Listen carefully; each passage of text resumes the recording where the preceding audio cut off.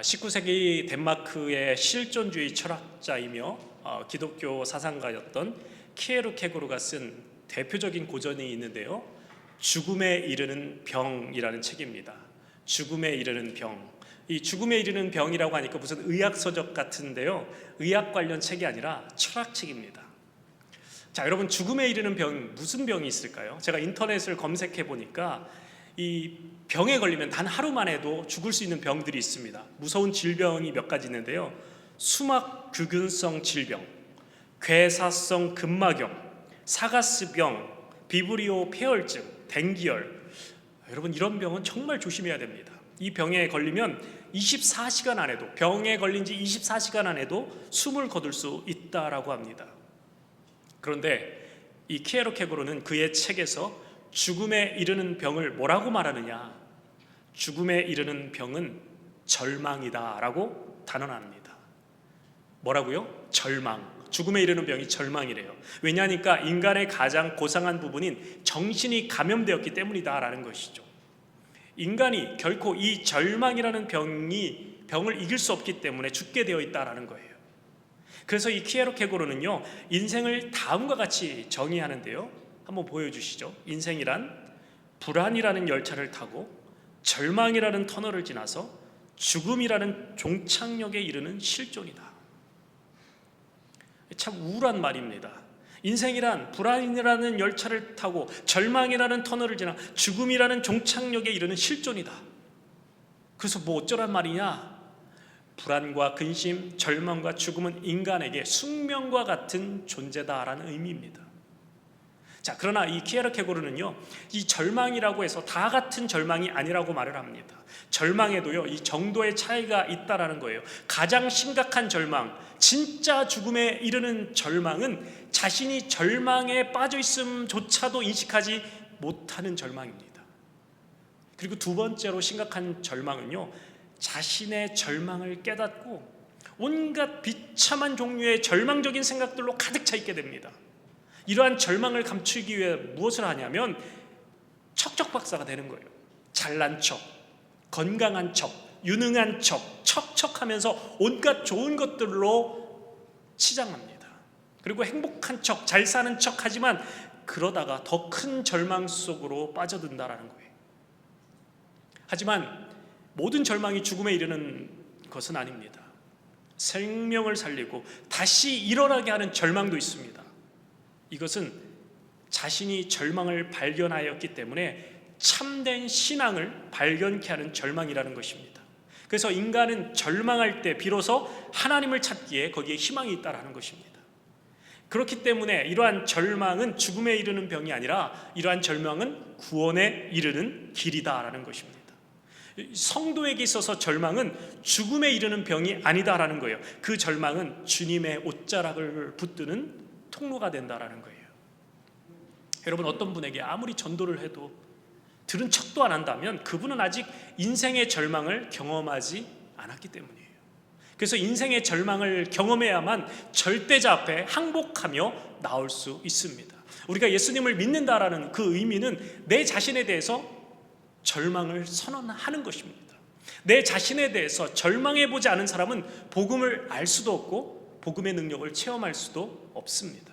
나의 양심, 나의 의지, 나의 노력, 나의 수고, 내가 추구하는 가치는 다 무력하고 무가치해서 내가 할 수 있는 일이라는 것은 오직 죄 짓는 일뿐이고 내 스스로는 의로워질 가능성이 단 1%도 없음을 깨닫는 거예요. 그렇기 때문에 내 스스로이기를 단념하고 구원자 앞에 단독자로 서는 것입니다. 인간의 모든 절망은 절대자 되신 하나님 아니고서는 해결될 수 없기 때문입니다.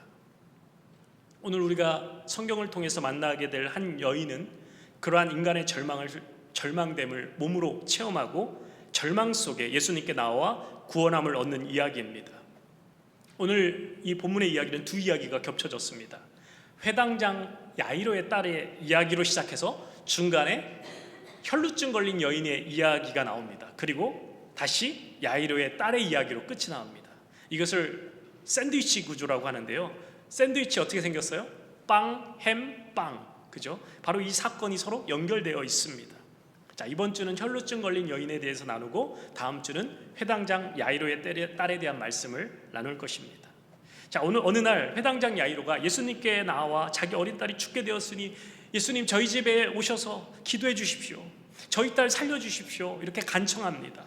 이에 예수님께서 야이로의 딸을 고쳐주시기 위해 야이로와 함께 길을 나섰습니다. 우리 22절부터 한번 같이 다시 보겠습니다.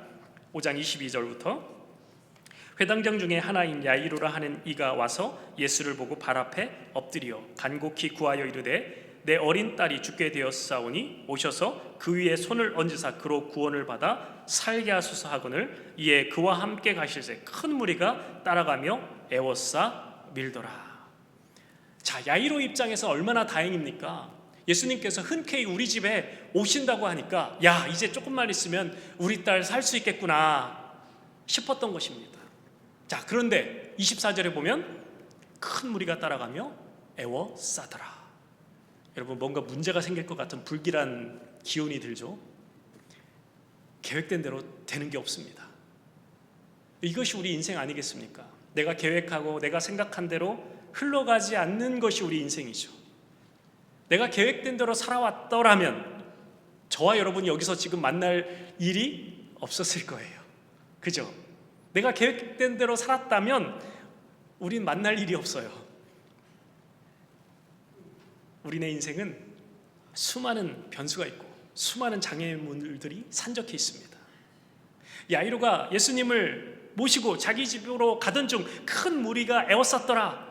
그리고 그 무리 중에 한 혈루증 걸린 여인이 등장합니다. 우리 25절 26절 보겠습니다. 12해를 혈루증으로 알아온 한 여자가 있어 많은 의사에게 많은 괴로움을 받았고 가진 것도 다 허비하였을 때 아무 효험이 없고 도리어 더 중하여졌던 차에 그녀가 처한 이 상황은 너무나 극심한 절망의 상황이었다라는 것입니다.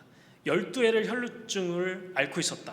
혈루증이 어떠한 병인지 현대의학적으로 정확히 설명을 할 수 없지만 이 자궁에 뭔가 이상이 생겨서 시도 때도 없이 비정상적인 하혈을 하게 되는 병을 뜻합니다. 레위기 15장에 보면 유출병이라고도 표현하는데요, 율법으로는 피가 흐르는 것을 부정한 것으로 여겼기 때문에 자신뿐만 아니라 그녀를 만지는 사람까지 부정해지고 그녀가 터치하는 모든 것이 다 부정해져서 육체적인 고통만 있는 것이 아니라 이 공동체 안에서 쫓겨날 수밖에 없는 거예요. 그래서 홀로 지낼 수밖에 없는, 그래서 이 여인의 12년의 세월은 상처와 아픔, 정말 이루 말할 수 없는 절망적인 시간이었을 것입니다. 이 여자는 공동체에 나와 함께 예배할 수도 없었습니다. 어떤 사람들과 사귀고 사람들과 교제하기는커녕 결혼 생활도 온전하기 쉽지 않았을 것입니다. 어쩌면 가족들도 다 외면받으며 가족들한테도 외면받으며 살아야 했을 것입니다. 철저히 소외된 삶, 마음도 몸도 영혼도 다 망가져 있는 이 총체적인 고통을 안고 살아왔던 이 여인, 그것도 12년 동안이나. 26절에 보면 여러 의사에게 가봤지만 소용도 없었고 오히려 병이 더 심해졌다라고 나옵니다. 오랜 세월 동안 아팠으니까 뭐 좋다는 약, 뭐 유명하다는 의사 얼마나 많이 찾아다녔겠습니까? 당시에 뭐 의료보험이 있습니까? 아니면 뭐 어떤 사회보장제도가 있습니까? 당연히 오랜 세월 투병을 하다 보니까 집안의 가세는 점점 기울어가고 돈이 있었더라도 가진 돈을 다 허비할 수밖에 없었습니다. 그렇게 많은 의사에게 찾아가 보고 가진 돈 다 써봤는데 아무 효험도 없고 어땠다고요? 도리어 더 중하여졌던 차에. 안 그래도 힘겨운 삶인데 병이 더 중하여졌다라는 것입니다. 그의 인생이 점점 더 나락으로, 절망 중에 더 깊은 절망으로 떨어져 가던 인생이었습니다. 그 칠흑 같은 어둠 가운데 12년 동안을 긴 세월 고통 가운데 몸부림치며 죽지 못해 살 수밖에 없었던 이 한 여인, 그 여인이 어떠한 소식을 듣게 됩니다. 여러분, 구원은 이와 같이 자신의 깊은 절망의 상황에 대한 인식에서부터 시작됩니다. 성경에 나오는 예수님을 만난 사람들도 그렇고요, 예수를 믿은 저와 여러분들도 그렇습니다. 인생의 어느 한 시점에서 내 인생의 깊은 절망과 탄식 속에서 예수님 아니면 내 안에 가능성이 아무것도 없음을 발견하고 예수님께로 나와 예수님을 붙들 수밖에 없었던 거예요. 예수님 아니고서는 내 인생에 아무런 소망이 없음을 발견한 거예요. 내 인생에 예수가 있으면 좋지만 내 인생에 예수가 없다 하더라도 내 인생 여전히 희망이 있다라고 여긴다면, 난 예수가 없어도 예수님을 의지하지 않고도 내 힘으로 아직까지 살아갈 수 있다라고 여긴다면, 죄송합니다만 그분은 아직 멀었습니다. 아직 예수님 만나지 못한 거예요. 인생의 절망을 맛보지 못한 거예요. 이 여인은 자신이 의지하던 모든 일들이 숲으로 돌아가자 더 이상 아무런 소망을 없음을 깨닫고 절망했을 때 한 줄기 빛을 발견합니다. 그 빛이 무엇입니까? 예수에 대한 소문을 듣게 된 거예요. 27절 말씀 같이 한번 읽어봅니다. 27절 시작. 예수의 소문을 듣고 무리 가운데 끼어 뒤로 와서 그의 옷에 손을 대니. 예수란 분이 계신데, 예수님께 가면 어떤 병이든 다 낫는데, 그를 통해서 안진뱅이도 일어났대, 소경이 눈을 떴대, 나병 환자가 고침을 받고 귀신들이 떠나가더래. 그 이야기를 들은 거예요. 귀가 번쩍 뜨였겠죠. 그녀의 마음 가운데 신락 같은 믿음이 생기게 된 것입니다. 성경에 예수님을 만난 사람들 보면 38년 된 병자도, 바디메오도, 삭개오도, 니고데모도, 오늘 본문에 나오는 이 여인도 중요한 단어가 등장합니다. 그것은 예수님에 대한 소문을 들었다라는 거예요. 여러분, 예수님을 만난 사람들은 예수님을 만나고 구원을 받았습니다. 인생의 문제가 해결되고 마음의 치유가 되고 병에서 고침을 받았어요. 그런데 이들의 공통점이 다 무엇이냐, 뭐냐면 들었다라는 거예요. 예수에 대한 소식을 듣고 믿었다. 자, 여러분, 인생의 위대한 역사가 일어납니다. 언제요? 듣고 믿었을 때. 요한복음 5장 24절에 이 말씀이 있어요. 같이 한번 읽어봅니다. 시작. 누구든지 내 말을 듣고 나를 보내신 분을 믿는 사람은 영원한 생명을 얻었고 심판을 받지 않을 것이며 사망에서 생명으로 옮겨졌느니라. 자, 두 단어, 중요한 두 단어. 듣고 믿는 사람이에요. 내 말을 듣고 또 뭐하면? 믿으면. 이 두 가지가 우리의 인생을 바꿔 놓는다라는 거예요. 이 여인은 인생에 아무런 소망이 없었을 거예요. 절망 그 자체, 어둠 가운데 살았어요. 그런데 예수에 대한 소문을 들은 거예요. 야, 이번이 진짜 내 인생의 마지막 기회일 수 있겠다 싶었습니다. 그리고 주님이 지나가는 그 무리로 들어갑니다. 그런 후에 그녀의 인생은 완전히 뒤바뀌게 됩니다. 사랑하는 성도 여러분, 좋은 소식, 복음의 말씀을 들어야 사는 줄로 믿습니다. 듣고 또 들어야 됩니다. 그래야 여러분 좋은 믿음이 생기는 거예요. 자꾸 세상의 소리에 빠지지 마십시오. 가짜 뉴스, 부정적이고 파괴적인 소식 다 접어두시고 제발 좀 유튜브 끄시고 성경 말씀을 들으세요. 하루 종일 유튜브 켜놓으시고 뭐가 어쨌네 저쨌네 듣지 마세요. 요즘 얼마나 가짜 뉴스, 나쁜 뉴스들이 난무하는지 모릅니다. 그리고 그 뉴스들 가지고 교회에 와서 서로 목에 핏대 세우며 얼굴 붉히는 그러한 일들이 우리 교회는 없어요. 근데 다른 교회는 많대요. 여러분, 교회는요 진영 논리에 앞서서 싸우는 곳이 아닙니다. 교회는 복된 소식, 생명 살리는 소식, 복음을 전하는 소식이 있는 곳입니다. 예수에 대한 소문, 예수에 대한 소문을 내는 곳이어야 돼요. 근데 여러분, 소문 내는 사람이 없으면 어떻게 소문이 날까요? 누군가는 소문을 냈기 때문에 이 여인이 소문을 들은 거예요. 고통 가운데 죽어가는 이런 여인이 주님께 나아갈 수 있었어요. 여러분, 분명히 우리 이웃에 누군가는 간절한 그 소문, 예수님에 관한 그 소문을 들어야 하고 듣고 싶어하는 사람이 분명히 있을까요? 없을까요? 있어요. 어둠에 빠져서 헤매는 영혼들, 각종 질병과 정신적인 고통으로 힘들어하는 이웃들에게 예수님에 대한 소문을 듣게 해야 됩니다. 이 여인은 내가 예수님 저 옷자락에 손만 대어도 구원을 얻으리라, 이 믿음이 생겼던 거예요. 소문을 듣고. 그리고 예수님 일행 곁에 나아갑니다. 군중에 둘러싸인 예수님을 멀리서 바라보던 이 여인의 선택, 그 선택은 매우 위험한 선택이었어요. 그녀가 혈루병 걸린 여인이고 그녀의 부정이 그 사람들을 다 더럽힐 수도 있음을 군중들이 알게 된다면 어떤 사태가 벌어질지 모릅니다. 이 여인은 혈루증 걸린 여인이야, 이 여인 때문에 우리가 더러워졌어 하면은 그녀는 그곳에서 돌맞아 죽을 수도 있습니다. 하지만 그녀는 예수님의 옷자락을 만지고야 말겠다라는 그 간절함 때문에 이 모든 두려움을 다 뒤로하고 예수님 뒤쪽으로 나아갑니다. 방금 전 그 야이로는 주님 앞에 나가 발 앞에 꿇어 엎드렸다라고 나왔습니다. 그래도 이 야이로라는 사람은 사회적인 지위가 있고 회당장이라는 직책이 있기 때문에 그래도 예수님께 나와 당당히 요청할 수 있었습니다. 그러나 이 여인은요, 주님 앞에 무릎조차 꿇을 그런 신세가 아닌 거예요. 난 혈루증 걸린 부정한 여인이니까 감히 내가 주님 앞에 나가지 못하고 그냥 뒤에 가서 몰래 예수님 옷자락이라도 그냥 터치하고 싶은 거예요. 어떤 일이 벌어졌을까요? 29절 말씀. 자, 29절 시작. 이에 그의 혈루 근원이 곧 마름에 병이 나은 줄을 몸에 깨달은지라. 그녀가 그 예수님의 옷자락을 터치하는 순간 피가 딱 멈춰졌고 그녀의 병이 깨끗이 나음을 입었다. 예수님의 치료의 역사가 그녀에게 임한 거예요. 12년 동안 지긋지긋하게 그녀의 인생을 괴롭혔던 그 질병이 다 사라진 거예요. 여러분, 복음서에 나타난 예수님의 치유 사건은 예수님께서 아픈 자를 만나서 직접 다 치유하셨어요. 그런데 이 장면은 독특하게 주님의 어떤 의사와 상관없이 여인이 일방적으로 주님의 옷에 손을 대었는데 기적이 일어난 거예요. 자, 예수님 갑자기 지나가던 길을 멈추셨어요. 30절 보십시오. 예수께서 그 능력이 자기에게 나간 줄 곧 스스로 아시고 무리 가운데 돌이켜 말씀하시되 누가 내 옷에 손을 대었느냐 하시니. 혈루병 걸린 이 여인이 낳은 이 기적은 예수님과 이 여인 말고는 아는 사람이 없습니다. 그냥 고쳤으면 그런가 보다 하고 넘어가시면 될 일입니다. 그런데 왜냐하면 지금 예수님 어디로 가고 있어요? 야이로의 집에 가고 있어요. 빨리 가서 야이로의 딸을 고쳐주셔야 돼요. 근데 예수님 갑자기 멈춰 서시는 거예요. 누가 내 옷 만졌니?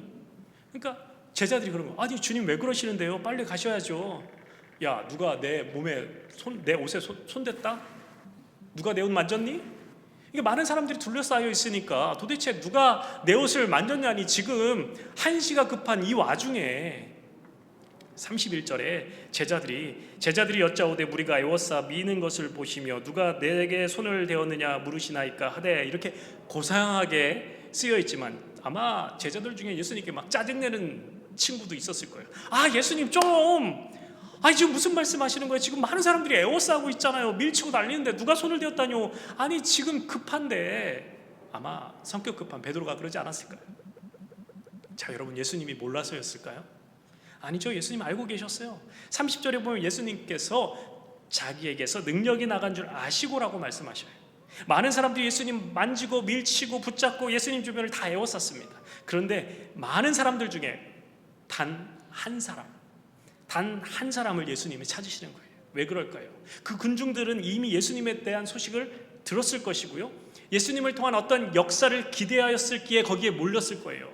아, 저분 쫓아가면 뭔가 대단한 일이 일어날 것이다. 그 만지고 비비고 붙들고 어떤 사람은 예수님을 끌어안았을지도 몰라요. 그런데 그 많은 사람들 중에 왜 유독 이 여인에게만 예수님의 능력이 나갔고 이 여인만 치유의 기적을 경험하였고 예수님은 이 여인을 찾고 계신 것일까? 왜 다른 이들은 그 자리에서 예수님 옷 만지고 밀치고 해도 아무런 일이 일어나지 않았던 것일까? 제가 한 7년 전에 제가 가르치던 제가 사역했던 청년들과 선교여행을 갔던 적이 있습니다. 아프리카 케냐로 선교여행을 갔던 적이 있었는데 그 현지 선교사님이 저에게 주일이 되니까 집회를 부탁하셨어요. 그래서 한 150여 명의 그 케냐 현지인들을 모아놓고 이제 설교를 했습니다. 저는 영어로 설교하고 현지 사역자가 그 스와힐리어로 통역을 합니다. 제가 최선을 다해서 이제 말씀을 전했어요. 설교를 했어요. 근데 아프리카 성도들이요, 반응이 뜨겁습니다. 제가 깜짝 놀랐어요. 제가 부흥사인 줄 알았어요. 제가 설교하는데 막 아멘 하면서 여러분처럼 밍숭밍숭하게 들으시는 것이 아니라 막 아프리카 성도들은 막 반응을 해요. 그래서 저도 그래서 더 신나서 열정적으로 막 설교를 했어요. 그리고 이제 강단을 내서 설교 다 마치고 내려왔어요. 근데 이제 제가 설교 다 마친 후에 갑자기 선교사님이 마이크를 딱 잡더니 그러시는 거예요. 여러분, 이 미국에서 온 이 패스터 강 아주 능력 있는 하나님의 종입니다. 여러분, 아픈 분들, 문제 있는 분들 다 나오셔서 이 패스터 강한테 기도받으라고, 오늘 성령께서 강하게 역사하실 거라고. 전혀 사전에 이야기 없던 말씀을 갑자기 하시는 거예요. 제가 당황했어요. 그 선교사님은요, 오순절 순복음 계통의 선교사님이셨고 저는 정통 보수 말씀 중심의 장로교 목사입니다. 저는 아주 이성적이고요, 아주 논리적이어야 하는 장로교, 말씀하는 장로교 목사입니다. 저는 청년 시절에도 어디 집회를 가면은 조금만 분위기가 신비한 쪽으로 막 흐르고 막 갑자기 막 여기저기 막 뛰어다니고 막 이런 장면 가면은 그냥 뛰쳐나왔어요. 저는 신비주의와는 거리가 먼 사람입니다. 이런 냉철한 장로교 목사에게 치유 기도를 받으라니 제가 당황했어요. 근데 어쩌겠어요. 이미 물은 엎질러졌고, 제가 당황하는 사이에 그 아프리카 케냐 성도들이 벌써 앞에 한 10대 명 우르르 나와 있는 거예요. 야, 이제 빼도 못하겠다. 도망가고 싶었지만 어쩌겠어요. 미국에서 온 목사님, 능력의 종, 불의 종이 기도해 준다고 앞으로 나온 저 케냐 성도들, 저들의 사모함을 외면할 수 없어서 제가 한 분 한 분 기도 제목을 물어보고 전심을 다해서 기도해 주었습니다. 기도를, 그분들 한 분 한 분을 다 전심으로 기도하는데 중간부터인가 한 명씩 제가 기도하는데 뒤로 자빠지는 거예요. 저 안 밀었거든요. 근데 그 다음 분도 살짝 손을 댔는데 뒤로 자빠지는 거예요. 어떤 분은 갑자기 기도하다가 방언이 터지고, 제가 더 자세한 얘기는 말씀드리지 않겠습니다. 제가 더 깜짝 놀랐어요. 이거다. 그래서 제가 집에 돌아와서 이제 이렇게 목회를 하면 내 목회에 능력이 나가겠다 싶어서 집에 와서 제 아내와 제 딸 윤희를 데리고 똑같이 세워놓고 기도를 해줬는데 넘어가기는커녕 요동을 하지 않는 거예요. 다리를 걸고 뒤로 잡아뜨리려고 해도 이 강팍한 심령들이 아무리 해도 넘어가지 않는 거예요. 아니, 왜 선교지에서는 능력이 나타나는데 집으로 돌아오니까 아무런 일도 일어나지 않았을까? 여러분, 왜 그럴까요? 간절함, 절박함의 차이가 기적을 낳게 된다는 거예요. 여러분, 주님은요, 간절함으로 도움의 손길을 내미는 영혼을 외면하지 않으시는 줄로 믿습니다. 수많은 사람들이 똑같이 예수님 주변에 나와 예수님을 만졌지만 오직 그 한 여인, 그 사람에게 인생의 절망을 깨닫고 주님 아니고서는 안 됩니다. 그 믿음의 결단으로 나온 이 여인에게만 예수님의 능력이 나간 것입니다. 이 여인이 예수님을 그 뒤를 쫓아오면서 어렵게 예수님 곁으로 가까이 올 때 예수님의 관심은 이 여인에게 다 있으셨을 거예요. 주님은 속으로 아마 그렇게 외치셨을 것 같아요. 그래, 잘 왔다. 조금만 더 와라. 조금만 더 와. 그래, 내 옷을 만져라. 두려워하지 마라. 조금만 더 용기를 내라. 그래, 너 잘하고 있어. 힘들더라도 조금만 더 가까이. 그 믿음으로 나에게 온다면 너는 치료될 수 있단다. 너는 구원을 얻을 수 있단다. 사실 그녀가 예수님께 다가간 것이 아니라 예수님이 그녀에게 다가간 거예요. 이제 주님은 기어이 그 여인을 찾아내십니다. 아니, 병이 고쳐졌으면 그냥 감사 인사는 해야 되지 않느냐라는 의미로 이 여인을 찾으신 것이 아닙니다. 그냥 조용히 이 여인을 돌려보내실 수도 있었지만 예수님은 기어코 이 여인을 찾아내셨습니다. 이 여인의 마음이 어땠을까요?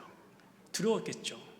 병이 낫게 된 것은 감사한 일이지만 부정한 여인이 예수님을 만졌으니 정결법에 어긋나는 거예요.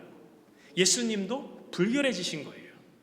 자, 33절 보시면 여자가 자기에게 이루어진 일을 알고 두려워하여 떨며 와서 그 앞에 엎드려 모든 사실을 여쭈니.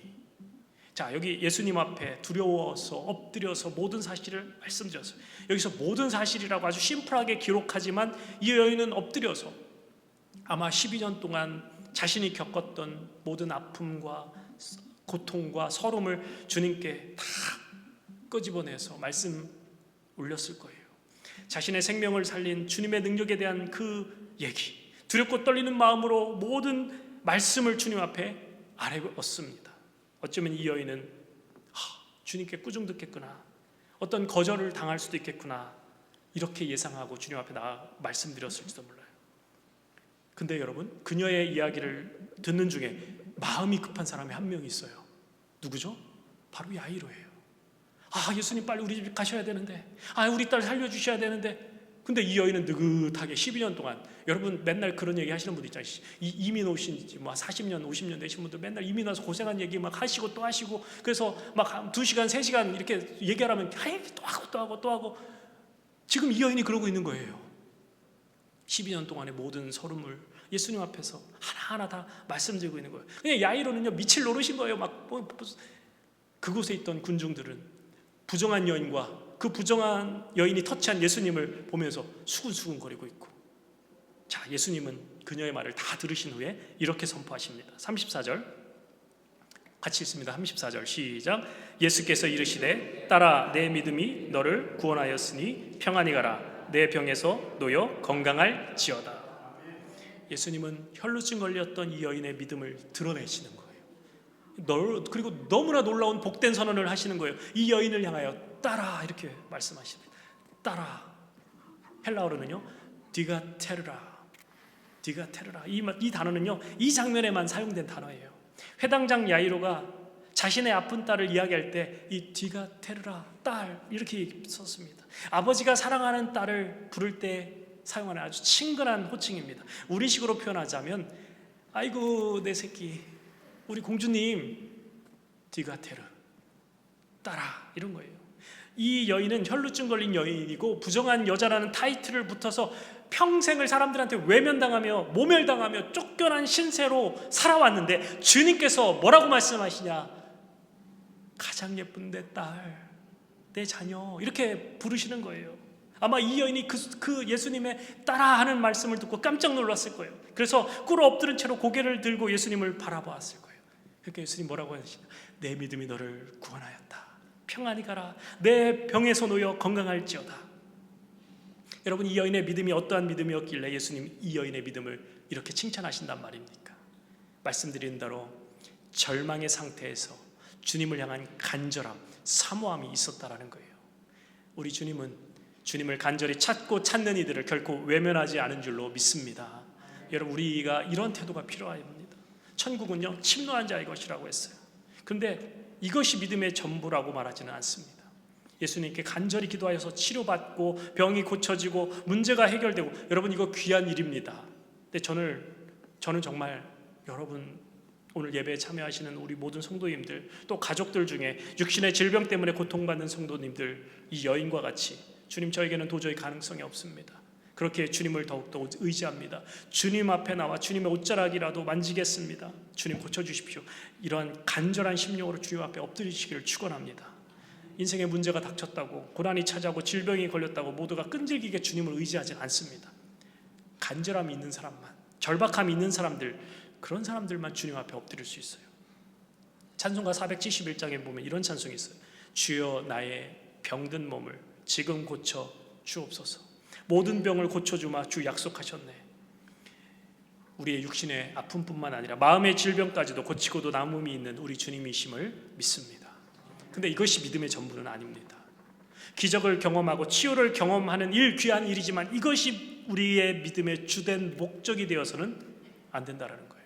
그렇다면 진짜 믿음은 무엇이냐? 자신의 부정함에도 불구하고 자신의 부정함이 예수님께 전가될 수 있음에도 불구하고 뻔뻔하게 거룩하신 주님, 죄가 없으시고 흠이 없으신 그 주님 앞에 나와 주님의 옷자락을 만지는 거예요. 여러분 레위기 정결법에 의하면 부정하지 않는 자가 부정한 자를 만지면 그 사람도 부정하게 된다라고 말씀드렸죠. 자신이 예수님을 터치함으로 거룩하신 예수님이 부정해질 수 있음에도 몰래 예수님 뒤로 가서 예수님의 옷자락을 만지는 거예요. 왜요? 절망 가운데 있기 때문에. 도저히 자기 자신으로는 소망이 단 1%도 없기 때문에 그만큼 절박한 거예요.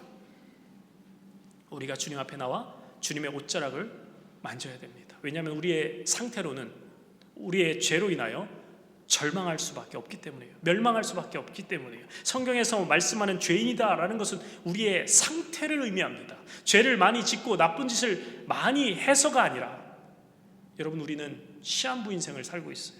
날짜가 언제 될지는 모르지만 죽을 날 받아놓고 우리는 살아가고 있는 존재들이에요. 더 이상 희망이 없는 영적 상태가 바로 죄인된 인간의 실종이다라는 거예요.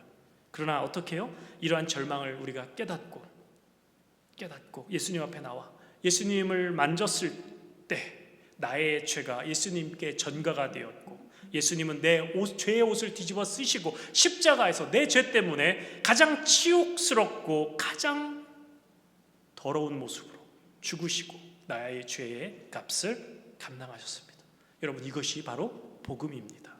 그리고 우리는 이제 하나님과 원수에서 하나님과의 가족으로 하나님의 아들로 하나님의 딸로 하나님의 자녀로 받아들여졌어요. 그리고 우리에게 주님께서 동일하게 말씀하십니다. 내 딸아, 내 아들아, 내 믿음이 너를 구원하였다. 평안히 가라. 많은 사람들 앞에서 공개적으로 이 여인을 칭찬해 주시고 인정해 주시는 거예요. 여러분, 이 말의 헬라어 원어의 의미를 살펴보면 너의 믿음은 받아들여졌다, 그리고 평안히 가라, 이 의미는 너의 가는 길은 평안의 길이다 라는 뜻입니다. 여러분, 이 평안, 평강, 샬롬이라고 하죠. 우리가 샬롬, 이 샬롬은요, 인간들이 만들어낼 수 없는 평안입니다. 하나님과의 관계 가운데서 하나님만이 줄 수 있는 평안입니다. 그래서 예수님이 이 말씀을 좀 더 원어의 의미를 살려서 의역하면요, 샬롬의 왕인 내가 영원히 너와 함께하겠다. 따라 너의 믿음은 받아들여졌고 나는 너의 영원한 아빠, 아버지가 될 것이다. 여러분, 오늘 주님께서 우리를 향한 말씀이 이 말씀입니다. 주님은 우리의 치료자가 되시는 줄로 믿습니다. 우리의 육신뿐만 아니라 우리의 심령도 고치시고 우리의 아픔도 어루만져 주시고 우리의 연약함과 우리의 내면의 두려움, 염려, 근심 외면하지 않으시고 대신 지시는 우리 주님이십니다. 그리고 우리를 향한 주님의 목적은 두려움, 염려, 근심이 아니라 평안인 줄로 믿습니다. 샬롬의 왕인 내가 너의 영원한 아빠, 아버지가 되어 너와 함께하겠다. 이 여인은 만약에 지금 12년 동안 좋은 의사 만났다면, 좋은 약을 써서 어느 정도 치료가 되었다면 주님을 만나는 역사가 그녀의 인생 중에는 결코 일어나지 않았을 것입니다. 어떤 것으로도 고칠 수 없고 어떤 방법으로도 해결되지 않는 그 인생의 절망적인 문제, 그 문제 때문에 그 절망적인 상태를 우리 주님이 사용하셔서 구원의 역사를 이루셨던 것입니다. 여러분, 우리의 절망이 구원에 이르게 하는 줄로 믿습니다. 내 인생 절망, 그 절망의 실존을 온전히 인식하는 사람만이 주님의 옷자락을 만질 수 있습니다. 오직 주님 아니면 안 됩니다. 오직 예수님 아니면 내 인생에 아무런 소망이 없습니다. 예수님 아니면 제 인생은 끝입니다. 이 세상 소망 다 사라져간다 할지라도 오직 주님의 은혜, 그 주님의 은혜 하나 붙듭니다. 주님의 사랑이면 충분합니다. 그 주님의 은혜를 더욱더 붙들며 나아갑니다. 이렇게 고백하며 기도하는 이 시간 되었으면 좋겠습니다. 우리 함께 기도하겠습니다. 반주해 주시고요, 우리 함께 오늘 말씀 기억하며 하나님, 제 인생의 절망을 선언합니다. 주님 아니면 안 됩니다. 주님, 이 세상의 모든 소망이 다 사라져간다 하더라도 오직 주님의 은혜만을 붙들며 나아갑니다. 주여 역사하여 주시옵소서. 함께 말씀 기억하며 통성으로 기도하겠습니다. 하나님 아버지 감사합니다. 하나님, 이 시간도 말씀하여 주셨습니다. 하나님, 우리의 인생의 절망을 선포하며 오직 주님 아니면 안 되겠습니다. 하나님, 오직 주님 아니면 안 되겠습니다. 하나님, 내 인생 가운데 오셔서 하나님 아버지 나에게 평안을 선포하시고 하나님, 나를 받들어 주신 그 하나님의 놀라운 은혜와 사랑으로 날마다 살아가는 저희들의 삶이 되게 하여 주시옵소서. 아버지 하나님, 내 인생에 아무런 소망이 없지, 그렇기 때문에 주님 앞에 나아갑니다. 예수님 아니면 내 인생은 무가치하고 죽을 수밖에 없습니다. 하나님, 우리가 믿음으로 주님의 옷자락에 손을 대고자 합니다.